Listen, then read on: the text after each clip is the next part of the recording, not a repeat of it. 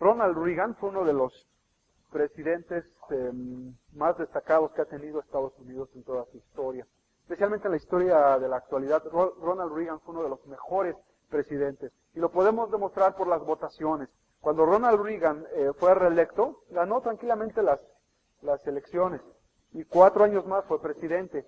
Pero todavía lo vimos cuando él ya terminó su periodo.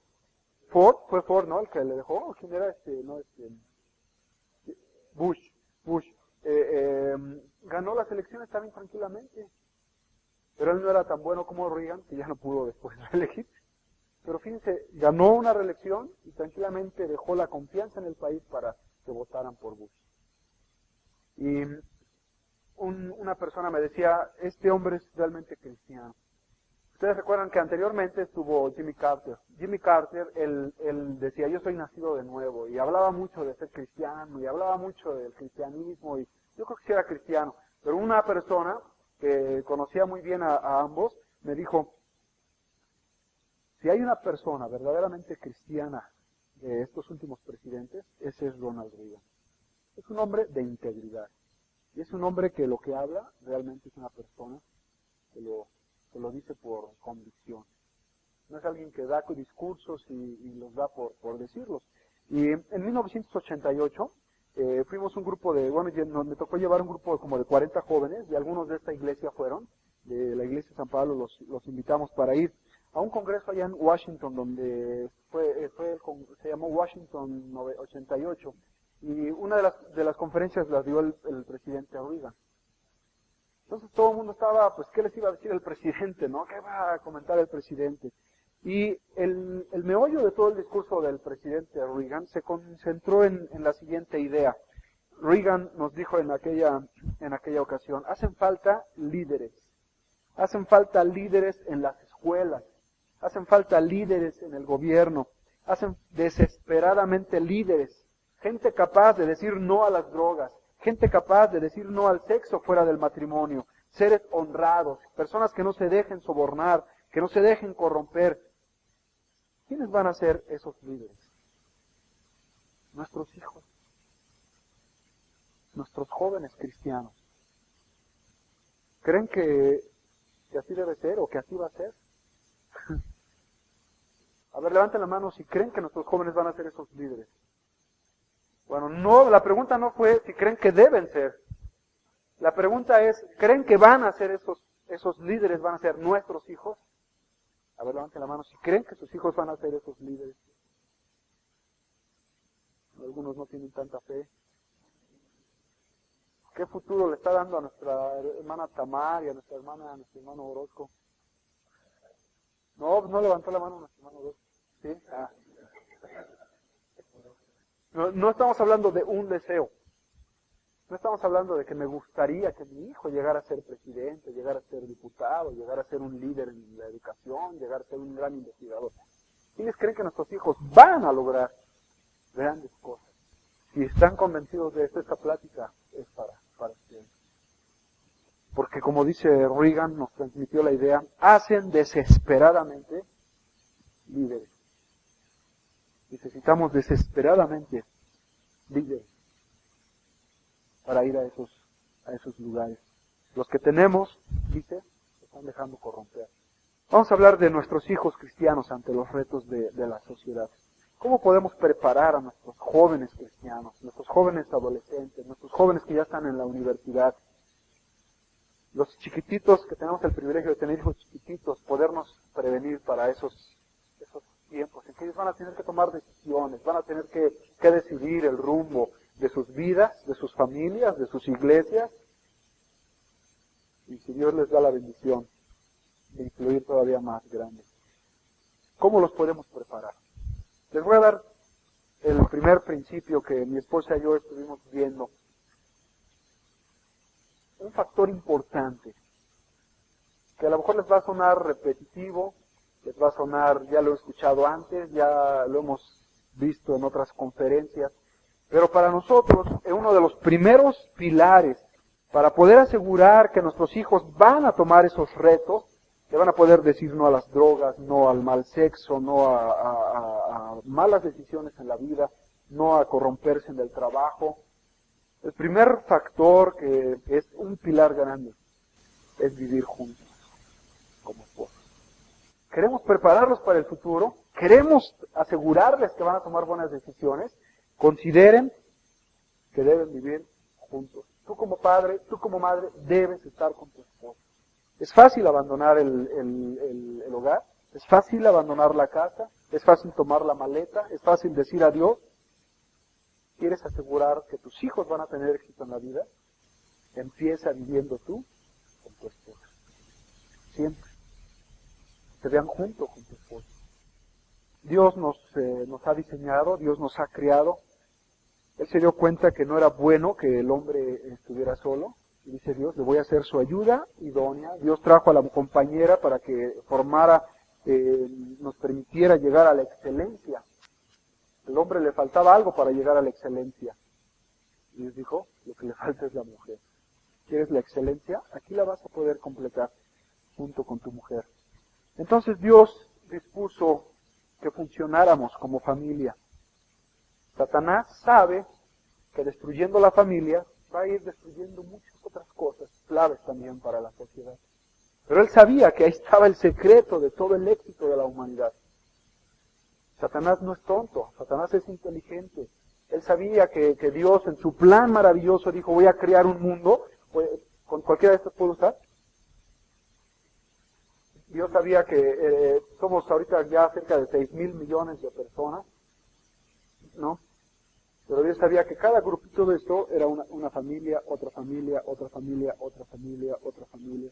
Los rusos quisieron quitar ese modelo y por eso cómo les ha ido, ¿no? Cuba trató de imitar lo que los rusos hicieron y le está yendo como en feria también, económicamente la pobreza y la desintegración que hay en Cuba, ¿no? Una gran desesperación. Satanás sabía que destruyendo este núcleo, destruyendo estas partecitas, tenía controlado al mundo. Y Satanás empezó a influir ahí. Y ahora, después que ha influido en esto, dice, pero es más fácil afectar otras áreas, como la música. Satanás ahora tiene control de la música a nivel mundial. Pero primero se abocó a afectar las familias. ¿Por qué vivir juntos? Porque le damos modelos a nuestros hijos, porque le damos seguridad. Si tú y tu esposa viven juntos, les estás proveyendo seguridad a ellos. Es algo muy importante para enfrentar los retos. Y al estar ahí cerca de la casa, cerca de la vida familiar, cuando ellos están viendo al papá y a la mamá viviendo juntos, estás moldeando, estás dando un patrón, les estás dando un ejemplo. Y el ejemplo siempre es el pilar de la enseñanza en la Biblia. Cuando Dios quiere enseñarle algo, lo hizo por medio del ejemplo. ¿Cómo enseñó Jesucristo a sus discípulos? Con el ejemplo. ¿Cómo quiere que aprendamos nosotros? Con el ejemplo. En Estados Unidos, 2 de cada 3 parejas terminan en divorcio. Esto ya pasó el 50%. Ya no es de cada 2 una. Ahorita los niveles en Estados Unidos de divorcio, de separación, están llegando a de cada 3 parejas, una. ¿Qué porcentaje es ese? ¿De 2, 3? ¿70, 80? ¿Se imaginan? Y no están mejor los Países Bajos. Y México tiene índices también muy altos, ¿no? ¿Por qué está sucediendo esto en Estados Unidos? Una nación fundamentada en la palabra de Dios, que creció con principios, con grandes hombres, con grandes modelos, un gran Benjamin Franklin, todos los grandes presidentes que tuvieron al principio de los Estados Unidos, grandes modelos para seguir por la desintegración, por la caída de los valores. Ustedes saben que vivimos en un mundo lleno de humanismo. El humanismo lo vemos en cada lugar que vemos, en el cine, en las revistas, en los libros, en la educación. El humanismo lo estamos viendo en cualquier lado. Donde el hombre se proclama ser el centro, donde el hombre es la medida de todas las cosas. Ahí estamos viendo nosotros el humanismo afectando todas las áreas y todas las esferas de la vida. Como consecuencia, vivimos en un mundo donde abunda el relativismo. Estamos viviendo en una sociedad donde el relativismo es el pan diario, ¿no? Donde ya no hay absolutos. Ya es difícil encontrar un absoluto. Y si encontramos absolutos, ya no son los absolutos que deben ser, sino las cosas malas son las que llegan a ser los absolutos. Es decir, ahora las cosas malas, si uno no las hace, uno ya se empieza a ver raro, uno ya se empieza a sentir diferente a los demás. Un ejemplo, el aborto al principio, en Estados Unidos especialmente, el aborto al principio era raro. Lograron cambiar las leyes, se logró oficializar, y ahora si no vas al aborto, si no acudes al aborto, eres raro. Y ahora tú, el que tiene, el absoluto que debe existir, los valores absolutos que deben predominar, ahora ya son vistos raros. Y la maldad está absorbiendo los absolutos. Y hay doctores que han tenido que ir a la cárcel por negarse a practicar abortos en Estados Unidos. Porque es un derecho al cual tienen las ciudadanas norteamericanas. Pero además de que vivimos en un mundo lleno de humanismo, donde la mayoría de las cosas son relativas, donde los absolutos, si hay absolutos, ahora son las cosas malas, ¿no? También vivimos en un mundo como consecuencia materialista. En la década del 60, ustedes recuerdan la época de los hippies, ustedes recuerdan que empezaron a usar el pelo largo y guaraches y todo eso. ¿Quiénes empezaron a usar esa moda? Los jóvenes. ¿Pero qué jóvenes? Norteamericanos. ¿Y qué jóvenes norteamericanos? ¿De clase media? Porque los padres empezaron a dejar de vivir juntos. Fíjense bien la queja, lo que ellos estaban tratando de transmitir era positivo. Lo que ellos originalmente estaban tratando de decir es decir, papá, tú eres un hipócrita, te pones corbata y te peinas bien, y en la semana te vas a la oficina, pero estás haciendo no sé qué con la secretaria, y llegas todo tambaleándote, y era una crítica a sus padres. Le estaban diciendo, tú eres un hipócrita, tú eres un falso, tú eres un... Y originalmente la iniciativa de ellos era decir, nos rebelamos contra esos valores. ¿De qué me sirve tener un carro? ¿De qué me sirve tener una casa y un colchón y todo eso? Con una familia como la que me estás moldeando tú. Entonces empezaron a cambiar los valores. Y fue la desintegración de los valores lo que empezó a llegar al índice de tres divorcios, de cada dos parejas, de tres parejas que se casan, dos terminan ya en separación, en divorcios. Lo normal es anormal. El divorcio era vergonzoso antes. Una persona que se divorciaba, híjole, qué vergüenza, ¿no? Tener un pariente divorciado, ¿no? O sea, era muy señalado, era muy marcado, era muy puesto en evidencia, ¿no? Pero ahora, lo normal ya es lo anormal ahora. Porque ahora lo normal es, ya se divorció mi familiar, ya se divorció mi pariente, ya se divorció mi vecino, ya se divorció, y es tan normal ya, es tan común ya. Madres solteras, antes era un escándalo, ahora ya no es un escándalo una madre soltera.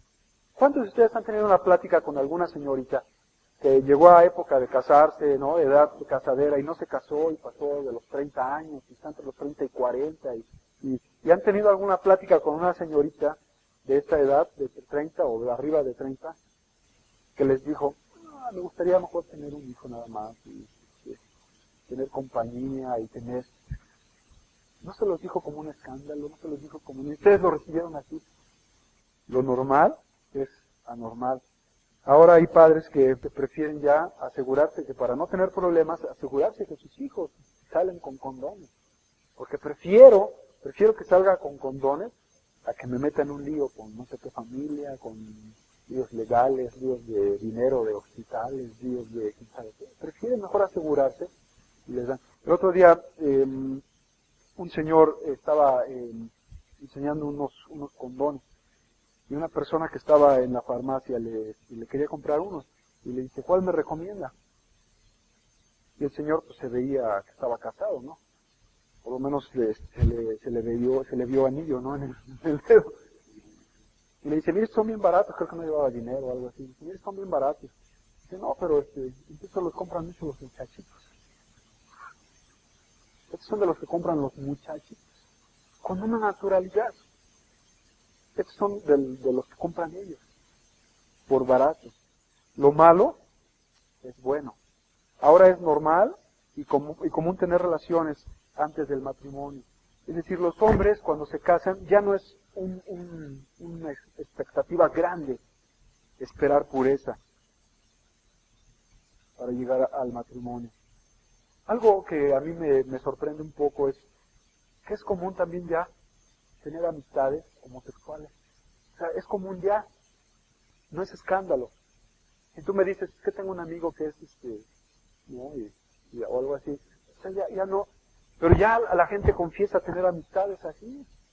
No en balde Jesucristo, no en balde, ¿verdad? No en balde. Jesucristo dijo, de balde. Bueno, cualquiera de las dos. No me acuerdo ahorita. Dijo que la maldad se va a multiplicar en los últimos tiempos.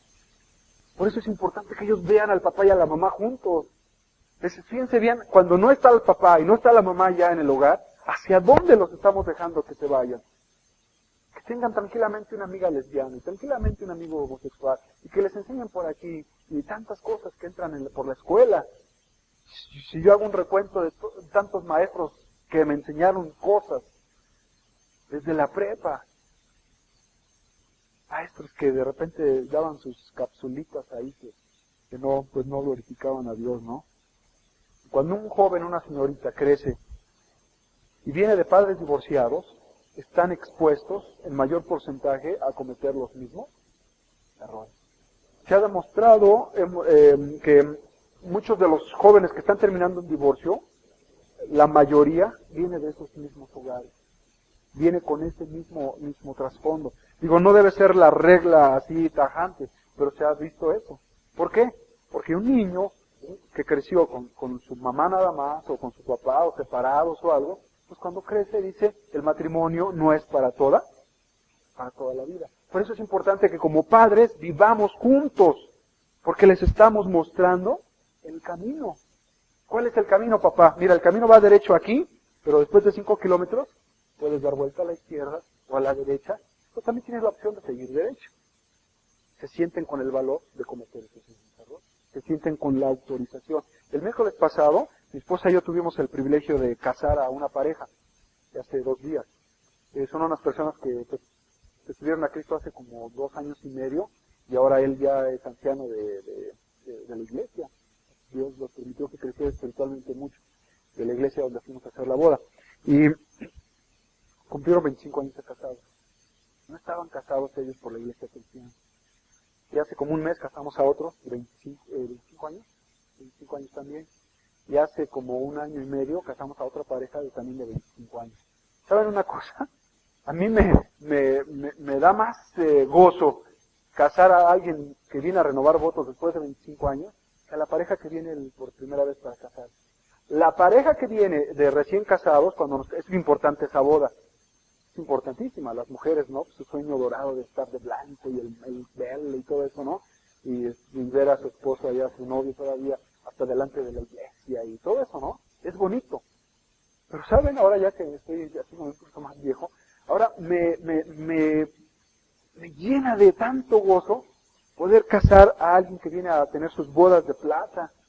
Porque es fácil decirle a tu esposa cuando te casaste, le dijiste, con este anillo te desposo y te hago partícipe de todos mis bienes. Pero cuando tú le pusiste el anillo, pues tenías teóricamente lo que significaba eso. Después de 5, 10, 15 o 20 años, ¿sabes lo que significa? Te hago partícipe de todos, ¿no? En la noche cuando es invierno y ella te dice, oye, pésame tus calcetines. No, porque son los que voy a poner mañana, ¿no? O préstame de tu gel porque ya me estoy quedando calvo. Y no, porque me queda un cuarto de la botella. Y, bueno, mi esposa nunca me ha dicho eso, pero, ¿no? Te hago partícipe de todos mis, ¿no? Y cuando cambiaste de modelo tu carrito y que ya lo actualizaste, y es de los dos. Te hago partícipe de todos, ¿sí? Mis bienes. Es bien importante vivir juntos. Es verdad que nos van a ver discutir. Y no es malo que nuestros hijos nos vean discutir. Claro que tampoco hay que abusar. Pero tenemos que demostrarles que somos seres humanos. Tenemos que demostrarles que, pues algo, ¿sabes qué, hijo? Es que no me parece que se tome esta decisión o algo, ¿no? Aunque también debe haber reglas para saber discutir. Es recomendable que uno se aleje de los hijos, ¿no? Para cuando hay discusiones. Pero es bueno que ellos aprendan a que de repente en el hogar es que no alcanza para esto y de repente como que se acalora un poquito la plática. Es importante que ellos vean que va a haber problemas cuando ellos se casen también. Pero que un problema no es suficiente para decir nos vemos. Que ellos sepan que a pesar de los problemas hay un amor incondicional hasta que la muerte nos nos separe. Así es que, ¿cómo vamos a preparar a nuestros hijos ante los retos de la sociedad? Uno de los primeros retos que tienen nuestros hijos es la fidelidad que le van a prometer a sus esposas y a sus esposos cuando ellos se casen. ¿Cómo vamos a lograr nosotros que ellos logren esa fidelidad a sus esposas y a sus hijos? ¿Cómo vamos a lograr que mi hijo nunca llegue al divorcio? Poniéndome como ejemplo. Ellos me han visto, lo que ven en mí va a pesar sobre su propia vida. Ahora, tampoco es el 100% de la garantía, ¿no? Por eso les decía al principio, es un gran pilar, es un gran... ¿Cómo lograr que nuestros hijos logren tener éxito ante los retos que van a enfrentar en la sociedad? Cuando vean que su papá pues era responsable, era trabajador, era constante, y de repente, pues, ¿sabes qué? Le dijeron, se acabó el contrato, no se puede renovar, ¿no? ¿Cuántas familias de ingresos buenos de repente se han visto atorados? Porque ahorita está de moda eso, ¿no? Los recortes y todo eso. Y me ha tocado conocer familias que tenían ingresos buenos y todo, y de repente cambia la vida de un 2x3. Y vieron que su papá y su mamá seguían juntos. No se volvió en ladrón su papá, no se volvió en un flojo, no se volvió... Hay problemas, pero que juntos los han sabido resolver. Bien importante. ¿Por qué lo menciono? Porque tantos matrimonios que mejor dicen, ahí la vemos, hasta aquí nos ayudó Jehová, ¿no? Qué fácil, ¿no? Ustedes van a ayudarle a sus hijos a enfrentar los retos con éxito, los retos que van a enfrentar en la sociedad, con su propio ejemplo. Ya dijimos, viviendo juntos, siendo fieles a Dios.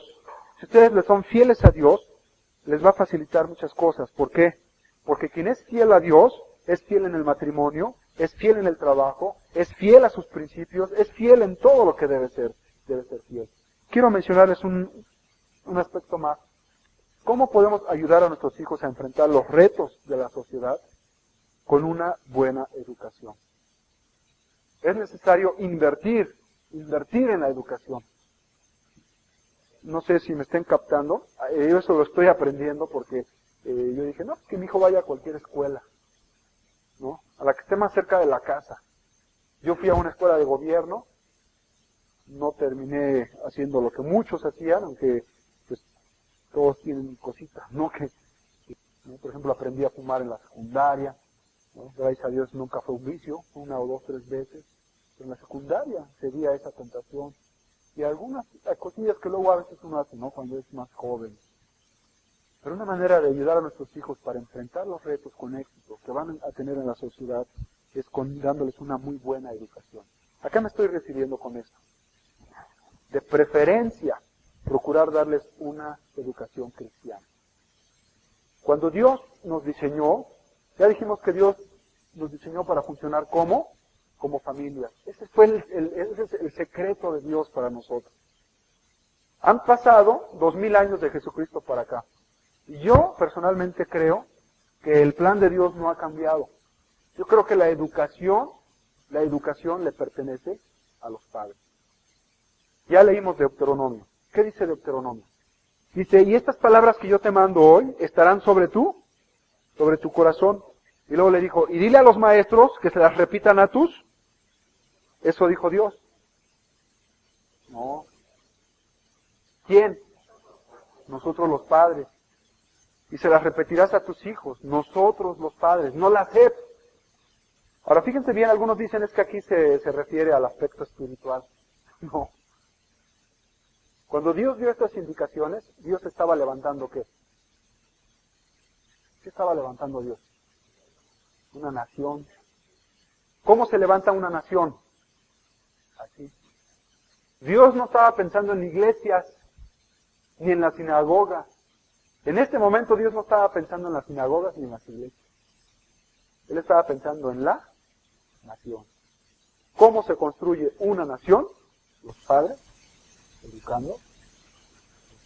Eso es lo que dice ahí. Verán, por ejemplo, dice en el 1, estos pues son los mandamientos, estatutos y decretos que Jehová vuestro Dios mandó que os enseñase, para que los pongáis por obra en la tierra a la cual pasáis para tomarla, para que temas a Jehová tu Dios, guardando todos sus estatutos y sus mandamientos que yo te mando, tú, tu hijo y el hijo de tu hijo, todos los días de tu vida, para que tus días sean prolongados. ¿Cuándo?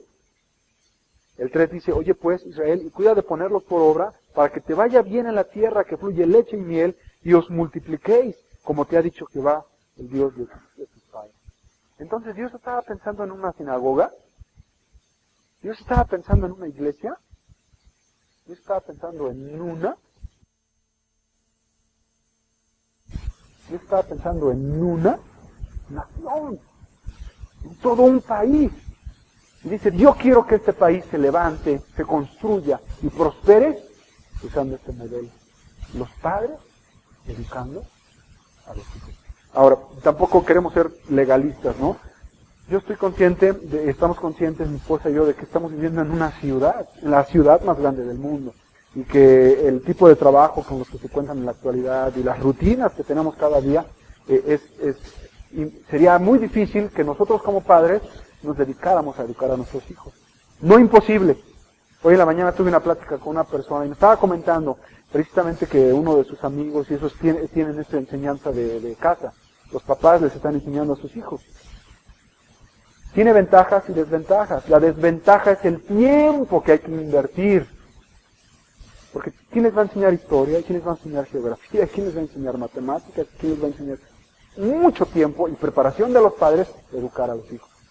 Pero ¿saben cuál es una respuesta que escuché también en Querétaro? Un grupo que se dividieron. Eran varias familias.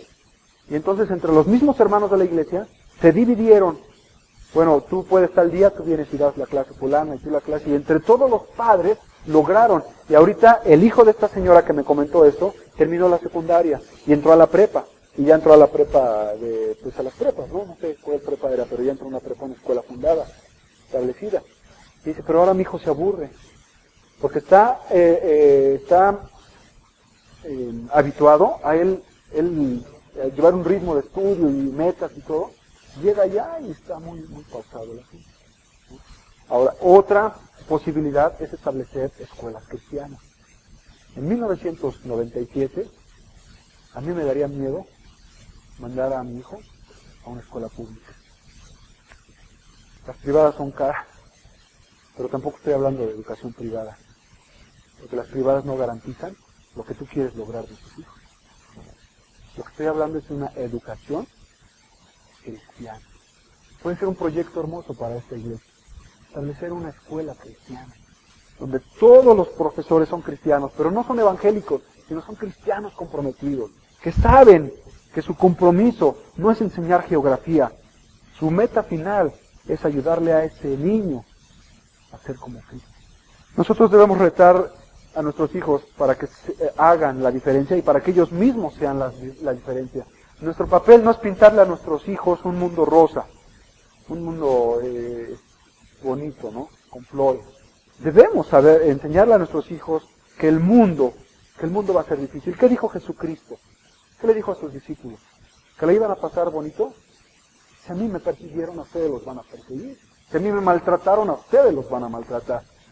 Entonces no debemos pintarle a nuestros hijos un mundo color de rosa. Debemos enseñarles que el mundo es duro, que el mundo es cruel, que el mundo no es fácil. Debemos prepararlos para eso. Pero sobre todo debemos retarles para que ellos sean y hagan la diferencia. Vamos a ver qué dice Juan 16:33. Dice el 33, estas cosas os he hablado para que en mí tengáis paz. En el mundo tendréis aflicción, pero confiad. ¿Por qué?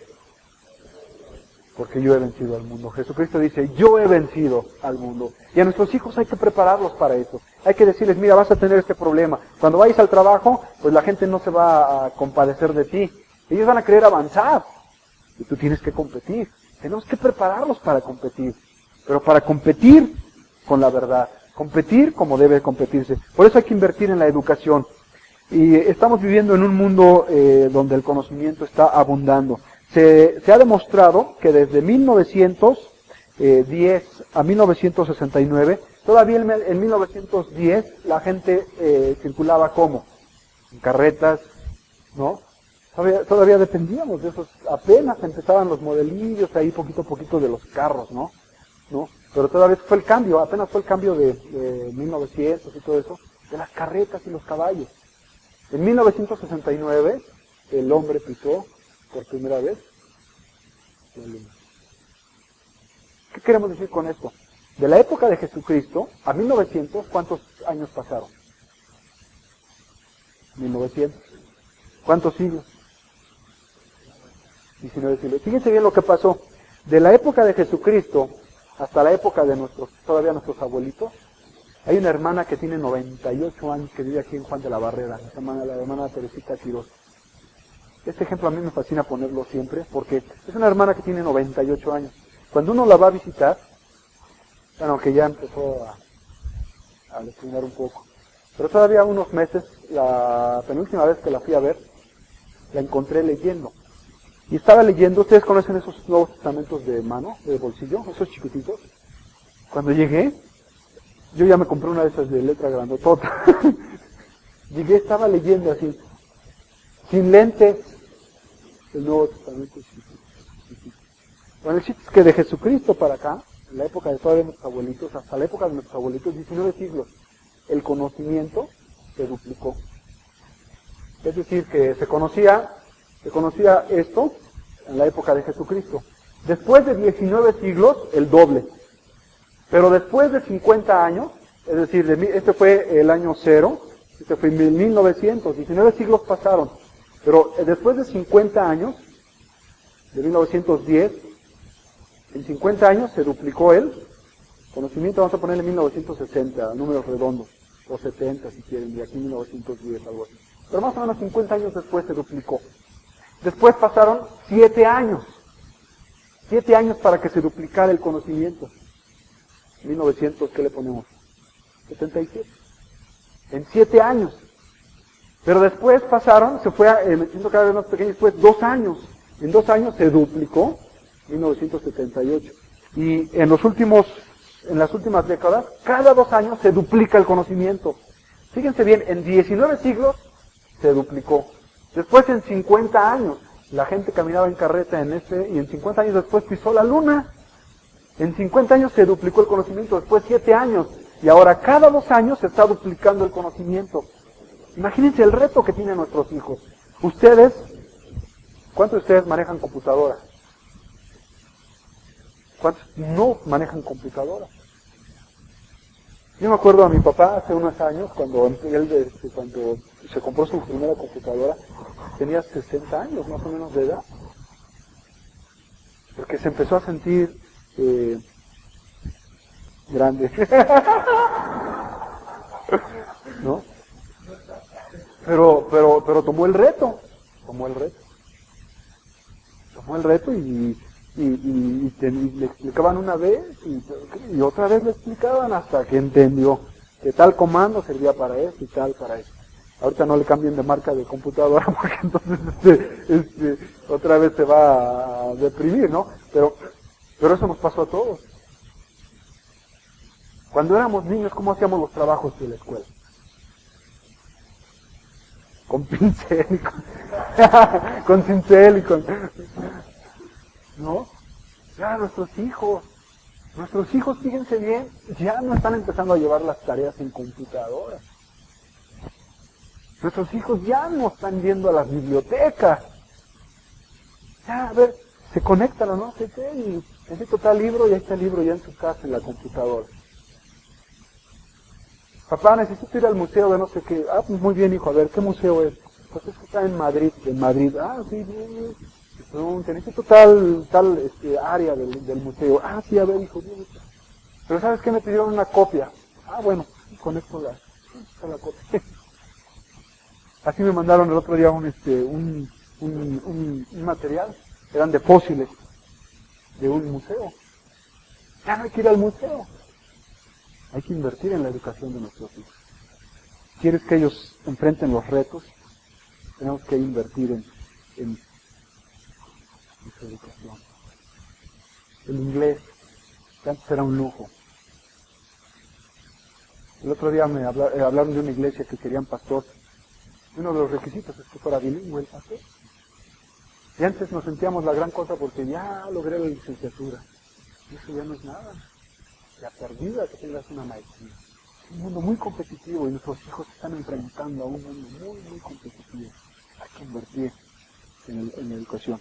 Quiero terminar mencionándoles que nosotros debemos ser fieles a nuestros principios. Llegará el momento cuando nuestros hijos estarán pisando casi la cumbre, estarán casi ya, me van a dar la gerencia, papá, me van a dar la dirección, papá, vamos a estar orgullosos de nuestros hijos.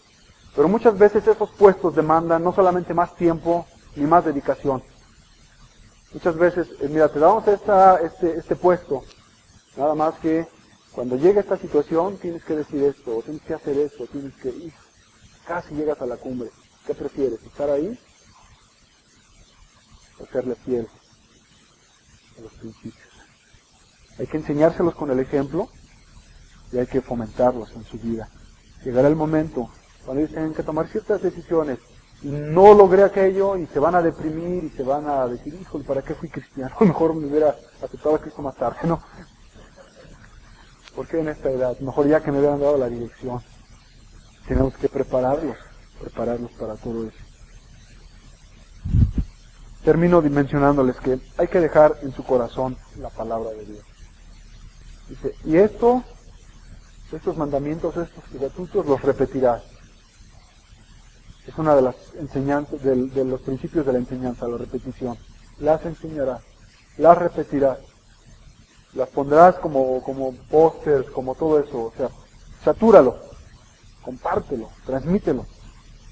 Pero en ese mismo pasaje, ustedes encuentran un principio fundamental. Estas palabras que yo te mando hoy estarán ¿en dónde? En tu corazón. Si no están en tu corazón, ¿cómo las vas a transmitir a tus hijos? Primero deben estar en tu corazón. Padres comprometidos. Hace unos días mi esposa y yo fuimos a un congreso de escuelas cristianas. Y bueno, nos cobraron un poquito caro, por eso nos dieron materiales bonitos como este. Nos dieron no estuvo caro, no. Ella estuvo en la organización, pues. casi regalada. Pero nos dieron una carpetita de estas, ¿no? Muy, muy cómoda. Ustedes ponen ahí sus materiales, todo eso, ¿no? Pero lo que a mí me impactó es el compromiso que hay ya en ciertas personas. Este eslogan, México, una nación. Ese debe ser nuestro compromiso. México, una nación cristiana. Y al principio les preguntaba, ¿quiénes van a ser esos líderes? Nuestros hijos. No el del vecino. Nuestros hijos. De nada va a servir que tomes lo anterior, darles educación, darles licenciaturas, darles un montón de diplomas y todo eso. De nada va a servir, porque hay abogados ladrones, hay doctores corruptos, yo conocí a un doctor, entre comillas, cristiano. Y la gran decepción de mi vida fue cuando me mostraron en un botecito, un PET, y supe que ese doctor, parte del dinero que estaba haciendo, era clandestina la tarea que él estaba realizando. Me decepcionó porque pues yo lo había visto como doctor cristiano y como daba conferencias en iglesias. Cuando me enteré de eso, y ahora su familia pues no marcha como debe marchar. Los hijos no están enfrentando los retos de la sociedad. Falló a todo lo anterior. Primero deben estar en nuestro corazón para después poder aplicar.